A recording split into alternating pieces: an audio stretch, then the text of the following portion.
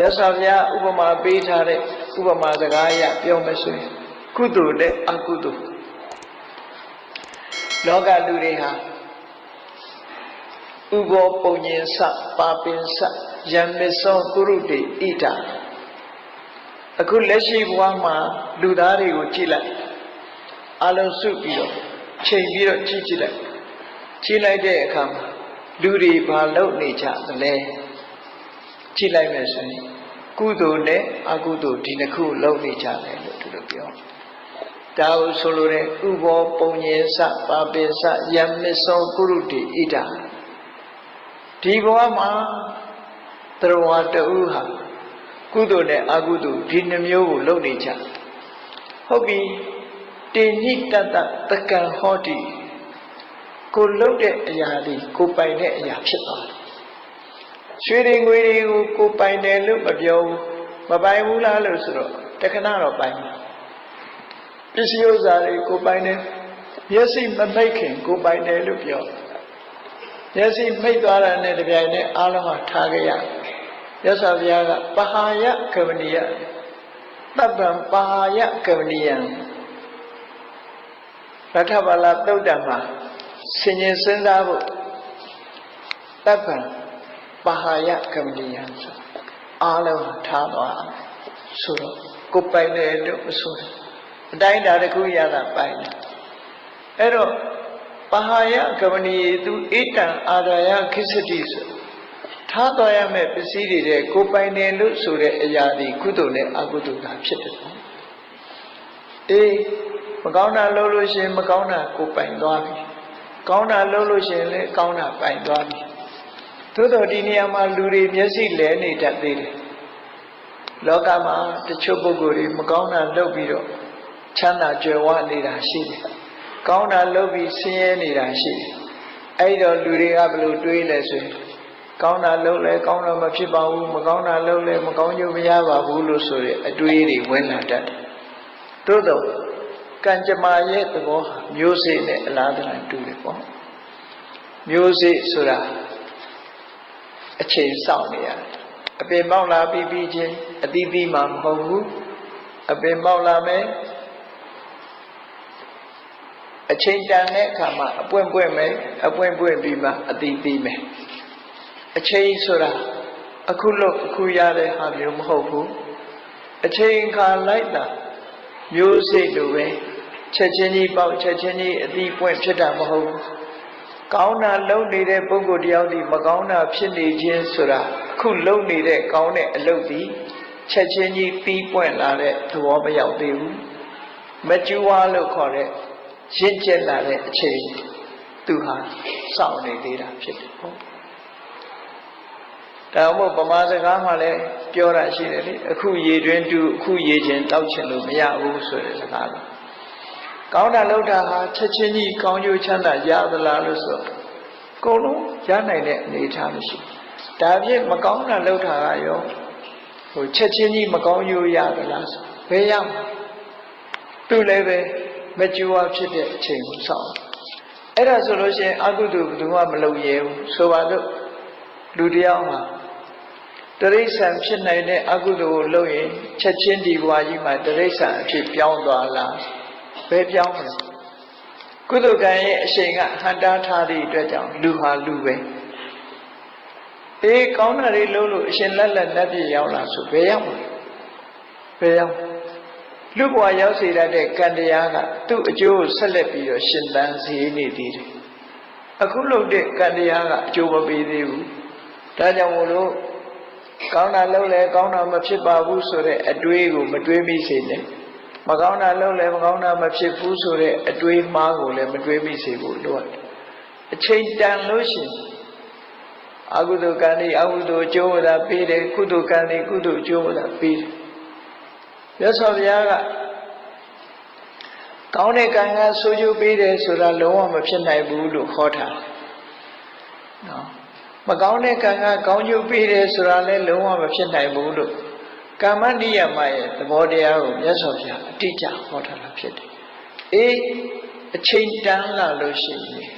ဒုက္ခရောက်တယ်ဒါကြောင့်မို့ဓမ္မပဒမှာပြောထားတာဟောထားတာရှိတယ် မဒုံဝမညတိဘာလောယာဝပပန္နပိစတိမကောင်းမှုအကုသိုလ်အကျိုးမပေးသေးဘူးဆိုလို့ရှိရင်ပြုလုပ်တဲ့ပုဂ္ဂိုလ်ကပြားတကားလို့ကိုယ်လုပ်ပေါ်မှာကိုကျင့်တတ်ပြီးတော့ချုံမြိန်တဲ့အရာသာခံစားနေရတယ်ဆိုလိုတာမကောင်းတာလုပ်ရင်ကောင်းစားနေတတ်သေးတယ်လို့ဆိုလိုတယ်နော်ယာဝပပနပိစတိမကောင်းမှုအကုသိုလ်ကျိုးမပေးသေးဘူးဆိုရင်တော့သူကကောင်းကျိုးချမ်းသာတွေရနေတာသူ့ကြောင့်ရတာမဟုတ်ဘူး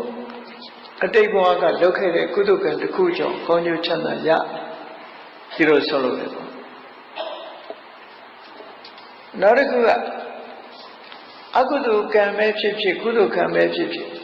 အကုသိုလ်ကံလည်းချက်ချင်းအကျိုးမပေးဘူးလို့ဆိုတဲ့နေရာတစ္ဆုခေရံဝဘုဇတိနွားတို့ဟာညစ်ပြီးပြီးချင်းချင်တာမဟုတ်ဘူး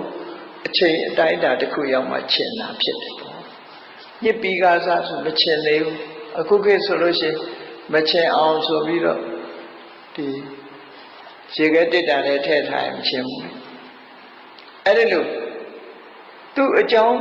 မရှိသေးလို့ရှိရင်သူကမဖြစ်ဘူးထို့တူပဲအကုသိုလ်ကံကုသိုလ်ကံရဲ့သဘောတဘာဝ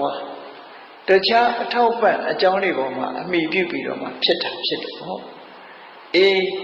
ကုသိုလ်ကံအကုသိုလ်ကံရဲ့သဘောတဘာဝကိုသိတာအမောဟအသိပညာလို့ခေါ်တယ်အဲ့ဒီအသိပညာရှိလာပြီဆိုရင်မလုံးတဲ့နာနဲ့လုံးတဲ့နာခွဲခြားသိတယ်မလုံးတဲ့နာကိုရှောင်တယ်လုံးတဲ့နာကိုလှုပ်တယ်ဆိုကောင်းကျိုးချမ်းသာတွေရပြီးတော့ကောင်းကျိုးချမ်းသာတာဆိုလို့ချင်းမရှိဘူးအဲ့ဒီအာလောဘအာရောသအာမောဟလို့ဆိုတဲ့သဘာဝတရားတွေနဲ့တွဲဖက်လာတဲ့စိတ်နေသဘောထားကိုကုသိုလ်လို့ခေါ်တာပဲကောင်းတဲ့အပြစ်ကင်းပြီးကောင်းကျိုးချမ်းသာတွေကိုသူကပဲထုတ်လုပ်ပေးတာပဲဖြစ်တယ်ဘုန်းကြီးတို့တွေလူပြေရောက်လာတာလူဘဝရလာတာကုသိုလ်ကံရဲ့ဆွမ်းဆောင်မှုယတိပြတ်မှတ်သားကြကုသိုလ်ကံရဲ့ဆွမ်းဆောင်မှုကြောင့်လူဖြစ်လာတယ်အေးမကောင်းတာတွေလုပ်ခဲ့တဲ့အကုသိုလ်တွေရောကိုယ်တဏ္ဍာမှာပါမလာဘူးလားဆိုပါတယ်ဒါကြောင့်မို့လို့ဘဝခရီးမှာဟိုချမ်းသာဒုက္ခကြီးမဟုတ်ဘဲနဲ့တခါတည်းအစဉ်မပြေမှုတွေကြုံတယ်တခါတည်းဒုက္ခတွေရောက်တယ်ဆိုတာမျိုးဖြစ်လာအကုသိုလ်ရဲ့အကျိုးပါတွဲဖက်ခံလူတွေဟာကောင်းတာလည်းလုပ်တယ်မကောင်းတာလည်းလုပ်တယ်ကဏ္ဍတုတ်ကလို့ဆိုအဖြူနဲ့အမဲလှုပ်တာဒါကိုပြောတာဥဘောပုံညင်စပပင်စယမေသောကုရုတိဣဒဒီဘဝမှာလူဆိုတာဟာလက်ရှိဘဝမှာကောင်းတာလည်းလုပ်မိတယ်မကောင်းတာတွေလည်းလုပ်မိတယ်လောဘနဲ့လှုပ်တာဒေါသနဲ့လှုပ်တာမောဟနဲ့လှုပ်တာမကောင်းတဲ့အလုပ်အကုသိုလ်လုပ်တယ်လုပ်ပြီအကုသိုလ်အလုပ်တွေလုပ်ပြီးသွားလို့ကိုယ်တဏ္ဍာမှာမဲညစ်တဲ့အကျိုးဆက်တွေဖြစ်ပေါ်စေဖို့အတွက်မျိုးစေ့တွေကြာကြပြီးတော့သွားအဲ့ဒီမျိုးစေ့တွေကဘယ်မှာအပင်ပေါက်တယ်လဲလို့ဆိုရင်ဒုက္ခတိဘုံမှာအပင်ပေါက်တယ်ကိုယ့်ရဲ့မျက်မြင်အလုံးတွေ့နေကြတဲ့တိရစ္ဆာန်တွေဟာဒုက္ခတိဘုံဘဝရောက်နေတာဟာအကုသိုလ်ကံရဲ့အကျိုးဆက်ကိုခံနေကြရတာဖြစ်တယ်ပေါ့အကုသိုလ်ရဲ့အကျိုးဆက်ကိုခံနေကြရတယ်သို့တော့အကုသိုလ်ကံအကျိုးခံနေရတဲ့တိရစ္ဆာန်တွေရောကောင်းတာလေးမတွေ့ရဘူးလားဆိုတွေ့တယ်သူတို့မှလည်းကုသိုလ်ကံအကျိုးပေးတာလေးတွေကဝင်ပြီးတော့ကုသိုလ်ကံရဲ့စောင့်ရှောက်မှုတွေရှိတယ်သို့တော့ဘဝကြီးတစ်ခုလုံးပြောင်းသွားအောင်တော့လုပ်လို့မရဘူးကြည့်လေတထေးကမွေးထားတဲ့ခွေးတွေကြတော့သွားရလာကားနဲ့သွားရတဲ့အိမ်မှာကြာကြာနာနာစားရတောင်းရတဲ့ဆိုတာဒါကုသိုလ်ကံရဲ့အကျိုးလို့ခေါ်တယ်ခွေးဖြစ်လိုက်တာတော့အကုသိုလ်ကံရဲ့အကျိုးပဲအကုသိုလ်ကံကလက်ဦးလို့ခွေးဘဝပို့ပေးလိုက်ပြီပဲကုသိုလ်ကံကလိုက်ပါဆောင်းလျှောက်တယ်အေးတထေးအိမ်ပို့ပေးထားကောင်းကောင်းမွန်မွန်စားနေထိုင်ရဒီလိုဆိုလို့လေနော်အေးလူဘဝရောက်တော့လည်းပဲကုသိုလ်ကံကလူဘဝကိုပို့လိုက်တယ်အကုသိုလ်ကံကနှိမ့်ဆက်တဲ့အခါကျလူတွေကယောဂဝေဒနာတွေဖြစ်ကြတယ်ဒုက္ခတွေခဏခဏရောက်တယ်ပစ္စည်းတွေခဏခဏပြတ်တယ်ဆိုတာမျိုးတွေကြုံတာအကုသိုလ်ကံရဲ့အကျိုးဆက်တွေပဲလို့ဒီလိုဆိုတယ်ပေါ့ပါဏာတိပါဒလုပ်ခဲ့တဲ့ပုဂ္ဂိုလ်ဒီငယ်ငယ်ရပဲသိသွားငယ်ငယ်ရပဲသိသွားဆိုပါစို့မနေ့ကတောင်မှပဲဆွမ်းစားရင်ဟင်းတစ်ခွက်ပါလာဘာဟင်းပါလာတော့ဆို ငါဥချက်ပါငါဥတွေကြည့်ပြီးတော့စဉ်းစားမိတယ်။အော်ငါဘဝမရောက်ခင်တည်သွားတာပါလားသူတန်မောင်များဆိုငါဆိုတဲ့တရားမိခင်တကောင်မှာတန်မောင်များစွာသောငါတွေတရားတွေအများကြီးအဲ့ဒီတရားတွေကကြည့်လေအသက်မရှင်ဘူးဥဘဝနဲ့ပဲရုပ်တုံးသွားကြဥ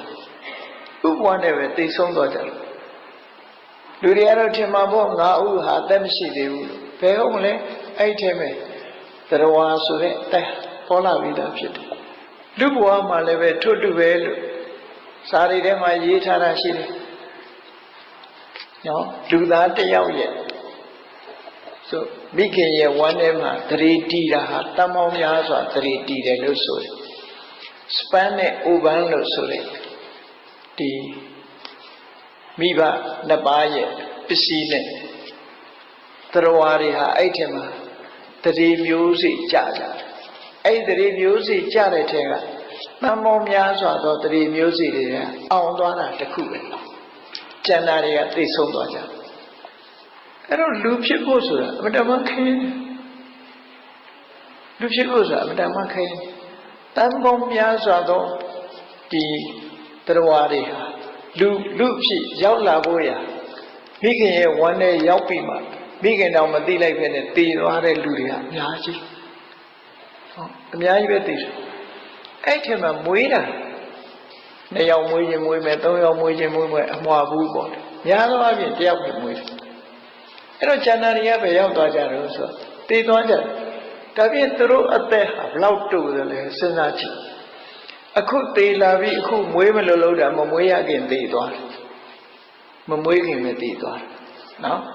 အေးတော်တော်လေးအကောင်ထဲပေါ်မှာတည်တာလည်းရှိတယ်မွေးပြီးတဲ့နောက်မှာတည်သွားတာလည်းရှိတယ်ပေါ့လူဘဝတွေမဲ့ကြည့်မွေးတည်အများကြီးပဲရှိတယ်အဲ့တော့အကုသိုလ်ကံဒီရဲ့အကျိုးပေးဟာလူတိုင်းကအခုလိုအသက်ရှင်လာကြတာမဟုတ်ဘူးမိဘရဲ့ဝမ်းထဲမှာတည်ဆုံးသွားတဲ့တတ္တဝါဘောင်းဟာတန်းချီရှိတယ်လို့ဒီလိုဆိုတယ်နော်စာပေကျမ်းကလည်းလို့ဆိုဒါကြောင့်မို့လူဖြစ်ဖို့မတန်ခဲနဲ့လို့ဆိုတာဒီတစ်ခုနဲ့ပဲကြည့်ငါးဥလေးတွေကြည့်လိုက်တဲ့ငါးလေးတွေတောင်မှပဲတရိစ္ဆာန်ဘဝဆိုတော့လေတရိစ္ဆာန်ဘဝကိုမရောက်ခင်ဖန်တလဲလဲတည်သွားပြီးတဲ့အခါနောက်တစ်ခါငါးရဲပြန်ရောက်ရင်ငါဥမဟုတ်လို့ရှိရင်ငရဲပြန်ရောက်သွားတာလည်းရှိမယ်အကုသိုလ်ကြောင့်မို့လို့တရိစ္ဆာန်ဘဝကိုတက်လာပြီးတဲ့နောက်မှာငရဲပြန်ကြသွားငရဲကနေတက်လာတဲ့အခါတရိစ္ဆာန်ဘဝရောက်လာတရိစ္ဆာန်မဖြစ်ခင်တခါငရဲပြန်ကြသွားဟောဒီလိုလာတာနော်အဲ့ဒါစဉ်းစားကြည့်ကတ္တဗမြတ်စွာဘုရားလက်ထက်တုန်းကပညာတတ်စာတတ်ပေတတ်ယဟန်တစ်ပါးကပိလယဟန်လို့ခေါ်တယ်သူဟာစာတတ်တော်လည်းပဲဇယိုက်ကျမ်းတယ်ဇယိုက်ဆိုးတယ်ပေါ့အပြောဆိုမစင်ញင်ဘူးမာနတွေကြီးတယ်ယဟန်ကောင်းတွေကိုဆဲရေးတယ်နောက်ဆုံးမှာသာသနာတော်ကိုပျက်စီးအောင်လုပ်သွားပြီးတော့တည်တဲ့အခါမှာအဝိဇ္ဇငရဲရောက်သွားတယ်အဝိဇ္ဇငရဲမှာငရဲခံရပြီးတဲ့နောက်ပြန်တက်လာတဲ့အခါဘယ်ရောက်တော့ဆိုရင်ကင်းငံမြစ်ထဲမှာငါးကြီးသွားဖြစ်တယ်ငါးဖြစ်တော့သင်္ကန်းဝတ်နဲ့နေထိုင်ခဲ့သည့်အတွက်ကြောင့်သူခန္ဓာကိုယ်ကရွှေရောင်အယောင်လှပတဲ့ငါးကြီးဖြစ်တယ်သို့တော်ယဟန်တော်တွေယဟန်ကောင်းတွေကိုဆဲရေးခဲ့သည့်အတွက်ကြောင့်ပါးစပ်ဖွင့်လိုက်လို့ရှိရင်မခံနိုင်တော့အပုပ်နဲ့နေထွက်တယ်လို့ဆိုအဲ့ဒီငါးဟာဒီတငါးတွေဖမ်းလို့မိလာတဲ့အခါဒီငါးကြီးပါးစပ်ဖွင့်လိုက်တာနဲ့မြို့ကြီးတစ်မြို့လုံးဟာအပုပ်နဲ့နေလှိုင်သွားတယ်ငါးကြီးကြည့်လိုက်တော့လဲလှတယ်ရွှေရောင်တောင်းအဲ့တော့ဒီငါးကြီးအကြောင်းကိုသိကျင်တာနဲ့မြတ်စွာဘုရားစီလျှောက်တဲ့အခါမြတ်စွာဘုရားအဲ့ဒီမေးမြန်းတဲ့အခါမှာငါးကြီးကိုယ်တိုင်ကပြောတယ်သူဟာကပိလယဟန်ဆိုတဲ့အကြောင်းပြောဒါဖြင့်အခုဘယ်သွားမှလဲလို့ဆိုငါးဘဝကတည်သွားလို့ရှိရင်အဝိဇ္ဇငရဲပြန်သွားမယ်လို့ဆိုတယ်စဉ်းစားကြည့်တော့မြတ်စွာဘုရားကိုယ်တိုင်ကိုယ်ကလည်းပဲဒီစိတ်ဓာယုဂလတုတ်တံမှာ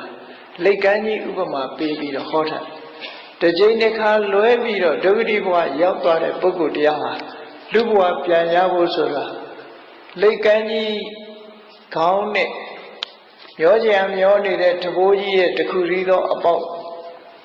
အန်ကြဆွမိဖို့ဆိုတာအလွန်ခဲနေလို့ဒီလိုခေါ်တဲ့ဒေသနာမဖြစ်နိုင်သူဗမာပြည်မှာတော့ပြောလို့ရှိကြတယ်ပေါ့ဗမာပြည်ကအတ္တစင်းလူပြည်ကအတ္တစင်းလူပြည်ကအတ္တစင်းထောင်ထားဗမာပြည်ကအတ္တစင်းချလိုက်အဖျားခြင်းထိဖို့ဆိုတာအလွန်ခဲနေမို့သို့တော့အဲ့ဒါကမှဖြစ်ကောင်းဖြစ်နိုင်သေးတယ်တရိစ္ဆာန်ဘဝရောက်သွားရဲ့လူပြန်ဖြစ်ဖို့ခက်တယ်လို့ပြောကြတာပေါ့အဲ့ဒါကိုအဋိဋ္ဌုပတ္တိလို့ခေါ်တယ်ဖြစ်ထောင်ဖြစ်ခဲဖြစ်ဖို့ဆိုတာမှန်းဆလို့မရနိုင်တဲ့အနေအထားလို့သူတို့ပြောတယ်အေးဘဝဆိုတာအဲ့ဒီလိုအကုသိုလ်တွေလုပ်ထားလို့ရှိရင်အကုသိုလ်ကံကအကျိုးပေးသွားတယ်ကုသိုလ်ကံလုပ်လို့ရှိရင်ကုသိုလ်ကံကအကျိုးပေးတယ်သို့တော့ကုသိုလ်ကံနဲ့အကုသိုလ်ကံသည်လက်ဥသူကဘဝကိုအရင်ဖန်တီးလိုက်တယ်လက်ဥတဲ့ကံကအကုသိုလ်ကံကလက်ဥလို့ရှိရင်အကုသိုလ်ကံကအကျိုးပေးလိုက်တယ်ကုသိုလ်ကံကလက်ဥရင်ကုသိုလ်ကံကအရင်ကျိုးပေးတယ်လို့ဒီလိုရှိတယ်ပေါ့ဘာဖြစ်လို့တော့ဆိုရင်လူစိတ်ကိုကြည့်လိုက်ကိုယ်စိတ်ကိုပဲစဉ်းနေသုံးသပ်ကြည့်အဖြူနဲ့အမဲလိုပဲစိတ်ကောင်းနှလုံးကောင်းပေါ်လာတဲ့အခါရှိသလိုစိတ်မိုက်စိတ်ရိုင်းစိတ်မိုက်ပေါ်လာတဲ့အခါရှိတယ်အေးစိတ်ရိုင်းစိတ်မိုက်ပေါ်လာတဲ့အခါမှာစိတ်အစဉ်ဟာမဲသွားတယ်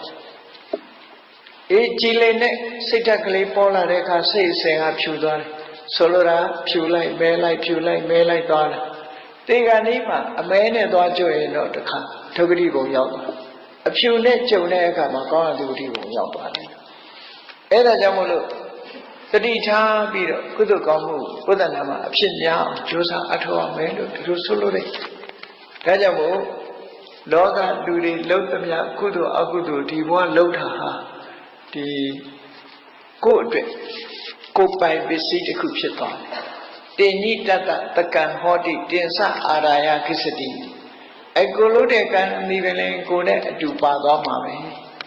တင်စတအနုကံဟောတိခြာယဝအနပါယအေးကုသကံအဟုသကံတွေဟာအယိပ္ပမာကိုအယိပ္ပမာကိုနဲ့အတူတကွာပါနေတာကုသိုလ်အဟုသကံဖြစ်တယ်ပေါ့ဒါကြောင့်မို့ဘဝတစ်ခုဘုန်းကြီးတို့တွေဟာကိုယ်ဘဝခရီးလူဘဝမှာခိတ္တနားတဲ့အချိန်မှာအရေးကြီးဆုံးကဘာတော့ကုသိုလ်လုပ်ဖို့ပဲအရေးကြီးတယ်ဒါကိုစိတ်ထဲမှာဆွဲမှတ်ထားဖို့